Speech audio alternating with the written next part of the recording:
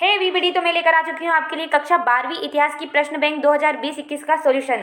तो आज हम हमारे अध्याय 4 को डिस्कस करने वाले हैं। मैं आपकी जानकारी के लिए बता दूं कि अभी तक हमने हमारा अध्याय 1, अध्याय 2 और साथ ही हमने अध्याय 3 के भी सारे क्वेश्चन आंसर को सोल्व कर लिया है। उनके वीडियो अगर आपको चाहिए तो लिंक डिस्क्रिप्शन बॉक्स में आप वहाँ जाकर वॉच कर सकते हैं। आज हम डिस्कस करने वाले हैं अध्याय 4 को, जिसका नाम है विचार, विश्वास और इमारतें। तो इस लेसन के सारे क्वेश्चन आंसर को आज हम डिस्कस करने वाले हैं। तो चलिए वीडियो को स्टार्ट करते हैं। सबसे पहले यहाँ पर हमारे सामने बहुविकल्पीय प्रश्न है, जिसमें सबसे फर्स्ट क्वेश्चन है, हीनयान एवं महायान संप्रदाय किस धर्म से संबंधित थे? जैन, बौद्ध, हिंदू या सिख? तो दोस्तों राइट आंसर रहेगा इसका बौद्ध धर्म से संबंधित थे। फिर नेक्स्ट क्वेश्चन है हमारे सामने, त्रिपिटक साहित्य किससे संबंधित है? तो जैन धर्म से, बौद्ध धर्म से, शैव धर्म से, वैष्णव धर्म से? तो राइट आंसर रहेगा बौद्ध धर्म से। उसके बाद नेक्स्ट क्वेश्चन है हमारे सामने, वैष्णववाद में भगवान विष्णु के कितने अवतारों की कल्पना की गई है? 8, 9, 10 या 12? तो दोस्तों राइट आंसर रहेगा इसका 10 अवतारों की कल्पना की गई है। उसके बाद नेक्स्ट क्वेश्चन है हमारा, महात्मा बुद्ध का महापरिनिर्वाण हुआ था, कहाँ हुआ था? कुशीनगर में, लुम्बिनी में, सारनाथ में या बोध गया में? तो दोस्तों इसका राइट आंसर रहेगा कुशीनगर में। उसके बाद नेक्स्ट क्वेश्चन है हमारा क्वेश्चन नंबर 5, वीर शैव आंदोलन के जनक कौन थे? कबीर, गुरु नानक, बासवन्ना या कराकईल? तो राइट आंसर रहेगा वीर शैव आंदोलन के जनक बासवन्ना थे। उसके बाद नेक्स्ट क्वेश्चन है, थेरी गाथा नामक बौद्ध ग्रंथ किसका हिस्सा है? तो सूत पिटक का हिस्सा है, अधिधम्ब का या विनय पिटक का, या इनमें से कोई नहीं? तो दोस्तों राइट आंसर रहेगा सूत पिटक का हिस्सा है। तो इस प्रकार हमारे बहुविकल्पीय प्रश्न कंप्लीट होते हैं। अब हमारे सामने है 3 मार्क्स क्वेश्चन, लघु उत्तरीय प्रश्न, जिसमें सबसे पहला क्वेश्चन है हमारे समक्ष, यज्ञों की परंपरा पर प्रकाश डालिए। यानी कि यज्ञ कैसे होते थे, क्यों यज्ञ होते थे, इसके बारे में हमें बताना है। तो चलिए इसके आंसर को देख लेते हैं।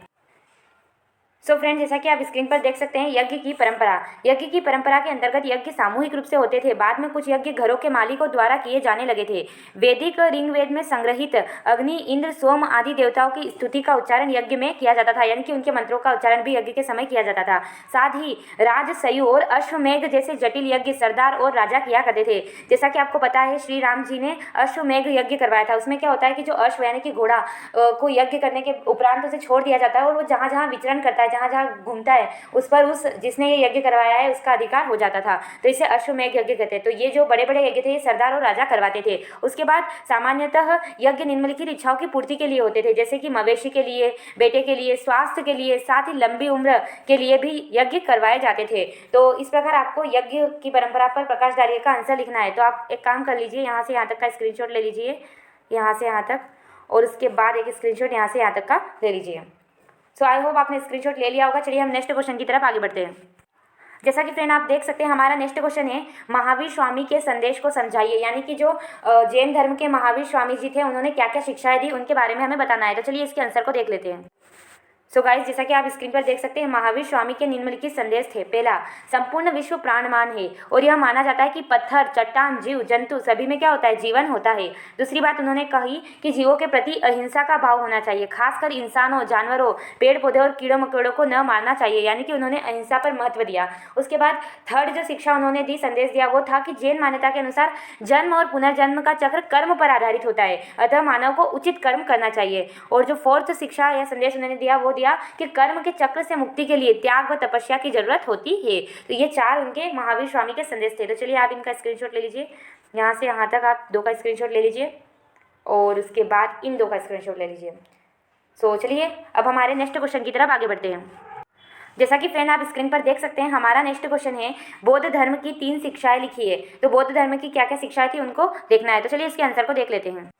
तो बौद्ध धर्म की 3 शिक्षाएं, तो यहाँ पर मैं आपको 6 शिक्षा बता दूंगी, आप कोई भी 3 अच्छे से याद कर लेना। तो बुद्ध की शिक्षाएं, बुद्ध की निम्न शिक्षाएं थी, विश्व अस्थिर है और यह लगातार बदलता रहता है, यहाँ कुछ भी स्थायी नहीं है। उसके बाद भगवान होना अप्रासंगिक है, यानी कि जो बौद्ध धर्म है वो भगवान के अस्तित्व को नहीं मानते थे। फिर राजाओं को दयावान होने की सलाह दी, यानी कि राजाओं को दयावान होना चाहिए। उसके बाद मध्यम मार्ग अपनाना, यानी कि जो बौद्ध धर्म थे उन्होंने कहा कि मोक्ष प्राप्ति के लिए मनुष्य को मध्यम मार्ग अपनाना चाहिए। उसके साथ सत्य और अहिंसा का पालन करने का भी बौद्ध धर्म ने कहा है। तो ये कुछ उनकी शिक्षाएं थी बौद्ध धर्म की। तो आई होप आप इसका स्क्रीनशॉट ले लीजिए। चलिए अब नेक्स्ट क्वेश्चन की तरफ आगे बढ़ते हैं। सो जैसा कि आप स्क्रीन पर देख सकते हैं, हमारा नेक्स्ट क्वेश्चन है, जैन धर्म की 3 शिक्षाएं लिखी है। तो चलिए फिर इस जैन धर्म की भी तीनों शिक्षाओं को देख लेते हैं।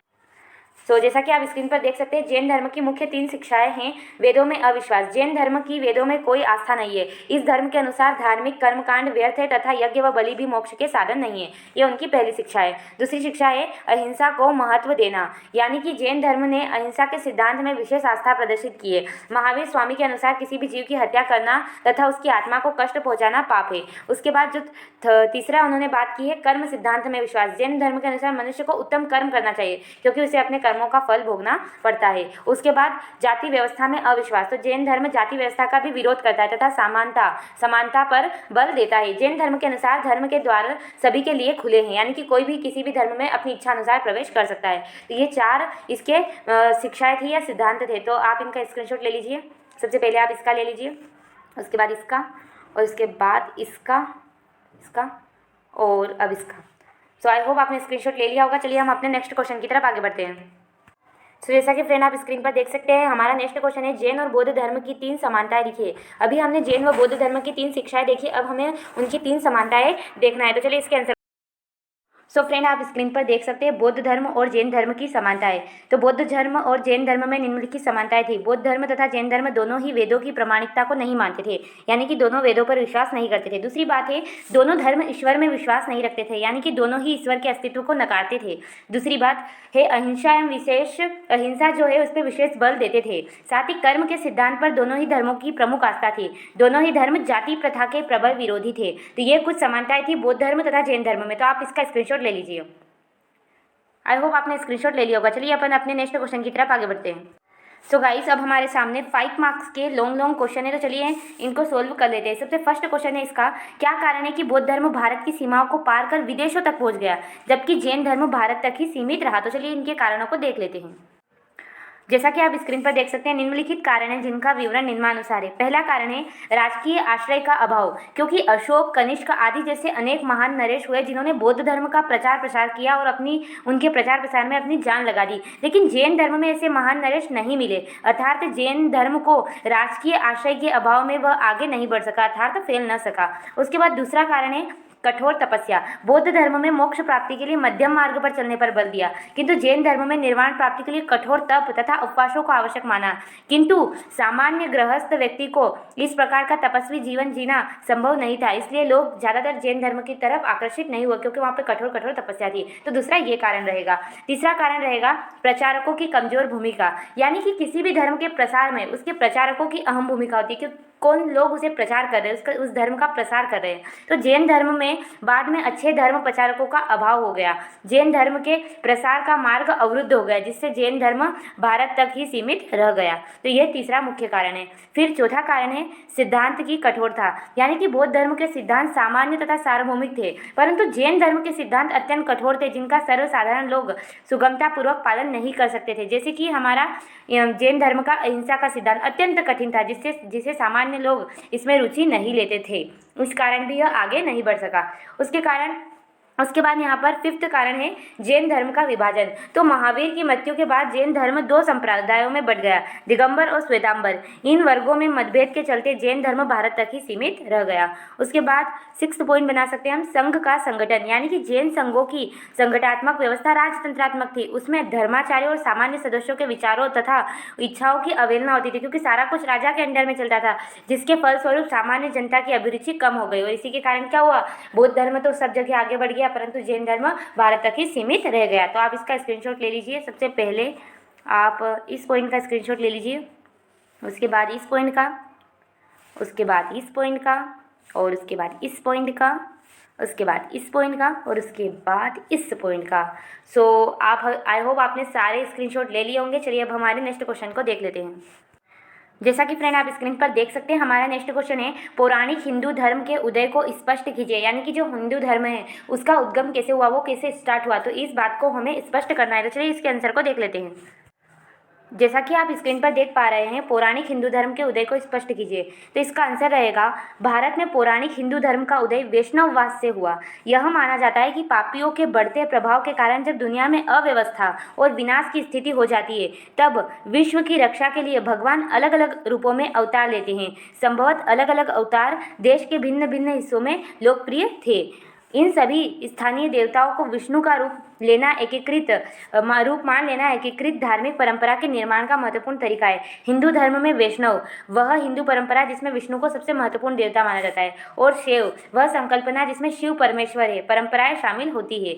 उसके साथ ही आप ऐसे भी करके लिख सकते हैं ताकि अच्छा इंप्रेशन हो। अर्थात करना है, लिखना है वैष्णव विष्णु के अनुयायी और शैव शिव के अनुयायी। हिंदू धर्म में इन विशेष देवताओं की पूजा को खास महत्व दिया जाता है। इस प्रकार की आराधना में उपासना और ईश्वर के बीच का रिश्ता प्रेम और समर्पण का रिश्ता माना जाता है। इसे भक्ति कहते हैं। हिंदू धर्म में वैष्णववाद में विष्णु के 10 अवतार माने जाते हैं, यानी कि 10 अवतारों की बात हिंदू धर्म में की गई है। पुराणों की लोकप्रियता ने भी पौराणिक हिंदू धर्म के विकास में सहायता पहुंचाई है। पुराणों की अधिकतर कहानियां आपसी लोगों के मेल मिलाप से विकसित हुई है। पुजारी, व्यापारी, सामान्य स्त्री पुरुष एक स्थान से दूसरे स्थान पर आते जाते हुए अपने विश्वासों और अवधारणाओं का आदान प्रदान करते थे, और इस प्रकार हिंदू धर्म का सतत विकास होता गया। तो इस प्रकार हमारे हिंदू धर्म का उदय हुआ। तो आप इनका स्क्रीनशॉट ले लीजिए। पहले आप यहाँ से यहाँ तक इस पॉइंट का स्क्रीनशॉट लीजिए पूरे का। अब इस पॉइंट का स्क्रीनशॉट ले लीजिए अच्छे से, और उसके बाद इसका स्क्रीनशॉट ले लीजिए पूरे का, और फिर इस पूरे का स्क्रीनशॉट ले लीजिए। तो चलिए हम अपने नेक्स्ट क्वेश्चन की तरफ आगे बढ़ते हैं। सो गाइस, जैसा कि आप स्क्रीन पर देख सकते हैं, हमारा नेक्स्ट क्वेश्चन है, सांची के स्तूप के संरक्षण में भोपाल की बेगमों की भूमिका की चर्चा कीजिए। यानी कि सांची का जो स्तूप आज बचा हुआ है उसमें भोपाल के बेगमों की क्या भूमिका है। तो चलिए इसके आंसर को देख लेते हैं। सो फ्रेंड्स, आप जैसा कि स्क्रीन पर देख पा रहे होंगे, सांची के स्तूप के संरक्षण में भोपाल की बेगमों की महत्वपूर्ण भूमिका थी। जब 19वीं सदी के यूरोपियों में सांची स्तूप को लेकर काफ़ी दिलचस्पी थी और फ्रांसीसी ने सबसे अच्छी हालत में बचे सांची के पूर्वी तोरण द्वार को फ्रांस के संग्रहालय में प्रदर्शित करने के लिए शाहजहाँ बेगम से यहाँ डबल से इतना लिखा गया है, आप इसको इग्नोर कर देना। प्रदर्शित करने के लिए शाहजहाँ बेगम से फ्रांस ले जाने की इजाज़त मांगी। इसके लिए बेगम ने बड़ी ही सावधानी से इन 2 तोरण द्वार की प्लास्टर प्रतिकृति बनाई, और अंग्रेजों और फ्रांसीसी दोनों ही इससे संतुष्ट भी हो गए। यानी कि क्या किया, जब फ्रांसीसी और यूरोपी बार बार उस तोरण द्वार को मांग रहे थे, तो जो शाहजहाँ बेगम थी भोपाल की, उसने उनकी प्लास्टर प्रतिक्रिया यानी कि डुप्लीकेट मॉडल बनाकर उन्हें दे दिया, और उससे जो अंग्रेज थे, यूरोपियन थे, फ्रांसीसी थे, वो संतुष्ट भी हो गए। और इस कारण क्या हुआ, अमूल कृति भोपाल राज्य में ही अपनी जगह बनी रही। और आगे शाहजहाँ बेगम और उनकी उत्तराधिकारी सुल्तान जहाँ बेगम ने इस प्राचीन स्थल के रखरखाव के लिए धन का व साथ ही संग्रहालय और अतिथिशाला बनवाने के लिए भी अनुदान दिया। यानी कि ओवरऑल कहें तो शाहजहाँ बेगम ने और उनकी जो सुल्तान जहाँ उनकी उत्तराधिकारी थी, उन्होंने उसको बचाया तो बचाया, साथ में उसके रखरखाव के लिए भी धन दिया, वहाँ लोगों के आने के लिए अतिथिशाला तथा संग्रहालय भी बनाया। तो जो उपयुक्त चर्चा है उससे ये निष्कर्ष निकलता है, उपयुक्त चर्चा से स्पष्ट है कि अप्रत्यक्ष और प्रत्यक्ष दोनों ही रूप से आज सांची स्तूप का विद्यमान होना भोपाल की बेगम की ही देन है। तो इस प्रकार आपको इस आंसर को लिखना है। तो आप पहले इसका स्क्रीनशॉट ले लीजिए। तो आप यहाँ से यहाँ तक एक स्क्रीनशॉट ले लीजिए, उसके बाद आप यहाँ से यहाँ तक का एक स्क्रीनशॉट ले लीजिए, उसके बाद आप इसका स्क्रीनशॉट ले लीजिए। सो आई होप आपने स्क्रीनशॉट ले लिया होगा। चलिए हम अपने नेक्स्ट क्वेश्चन की तरफ आगे बढ़ते हैं। सो फ्रेंड, जैसा कि आप देख सकते हैं, हमारा नेक्स्ट क्वेश्चन है, स्तूप क्या है और यह क्यों बनाए जाते थे। तो चलिए इसके आंसर को देख लेते हैं।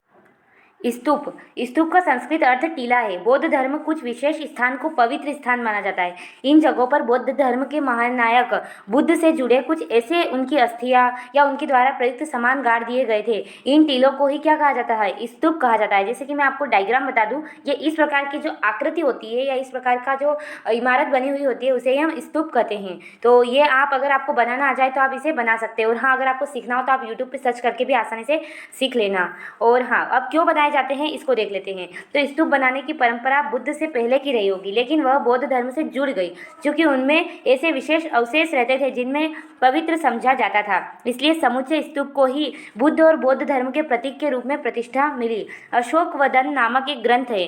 उस बौद्ध ग्रंथ के अनुसार अशोक ने बुद्ध के अवशेषों के हिस्से को हर महत्वपूर्ण शहर में बांटकर उनके ऊपर स्तूप बनाने का आदेश दिया। ईसा पूर्व 2वीं सदी तक बरहुत, सांची और सारनाथ जैसी जगहों पर स्तूप बनाए जा चुके थे। यानी कि स्तूप तो पहले भी बनते थे, पर बाद में वे किसी कारणवश बौद्ध धर्म से जुड़ गए, और इस तरीके से जब अशोक ने आदेश दिया तो इस तरीके से बहुत सारे स्तूप जैसे कि सांची, बरहुत में बनने लग गए। तो ये आपको लिखना है किसके अंतर्गत स्तूप क्यों बनाए जाते थे, और ऊपर मैंने बताया कि स्तूप क्या है। तो आप पहले स्क्रीनशॉट ले लीजिए इसका, स्तूप क्या है।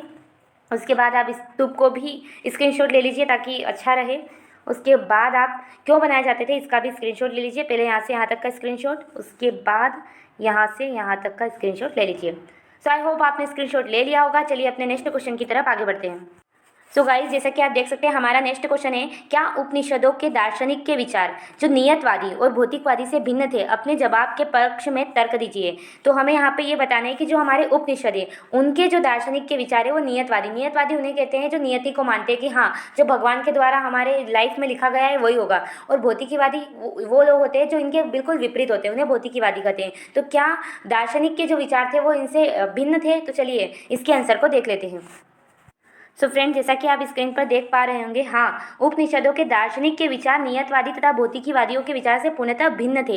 इनकी भिन्नता के निम्नलिखित आधार थे। नित्यवादियों तथा भौतिकवादियों के विचार नियतवादियों के अनुसार इंसान के सुख दुख नियति द्वारा निर्धारित मात्रा में दिए गए हैं, इन्हें चाहकर भी नहीं बदला सकता। बुद्धिजीवी लोग सोचते हैं कि अपने सद्गुणों द्वारा इन्हें बदल देंगे, किंतु यह संभव नहीं है। अतः इंसान को अपने हिस्से के दुख सुख को भोगना ही पड़ता है। इस प्रकार भौतिकीवादी मानते हैं कि संसार में दान पुण्य नामक चीज़ों का कोई महत्व नहीं है। दान पुण्य करने की अवधारणा पूरी तरह से निराधार है। मरणोपरांत कुछ भी शेष नहीं रहता। पापात्मक और पुण्यात्मक दोनों नष्ट होकर पंच तत्व में विलीन हो जाते हैं। उपनिषदों के दार्शनिक विचार ऊपर लिखित विचारों में आत्मा और परमात्मा का कोई महत्व नहीं दिया गया है, जबकि उपनिषदों के अनुसार मानव जीवन का परम उद्देश्य आत्मा को परमात्मा में विलीन कर स्वयं पर परम ब्रह्मा हो जाना है। तो यहाँ पर दोनों के जो विचार हैं उनमें काफ़ी डिफरेंस है। तो आप इसका स्क्रीनशॉट ले लीजिए और इसे अच्छे से याद कर लेना। इसकी लैंग्वेज थोड़ी टफ है, पर आप जैसे इसको समझ जाएंगे तो काफ़ी आसान हो जाएगा। तो 2-3-4 बार रीड करना और उसके बाद अच्छे से आपको याद हो जाएगा। तो आई होप आप इसका स्क्रीनशॉट ले लें। सो चलिए अपने नेक्स्ट क्वेश्चन की तरफ आगे बढ़ते हैं। सो गाइस, आप देख सकते हैं हमने सारे क्वेश्चंस कवर कर लिए हैं। तो अगर इस वीडियो से आपकी कोई भी हेल्प हुई हो तो प्लीज़ वीडियो को लाइक कीजिए, शेयर कीजिए एंड सब्सक्राइब दिस चैनल।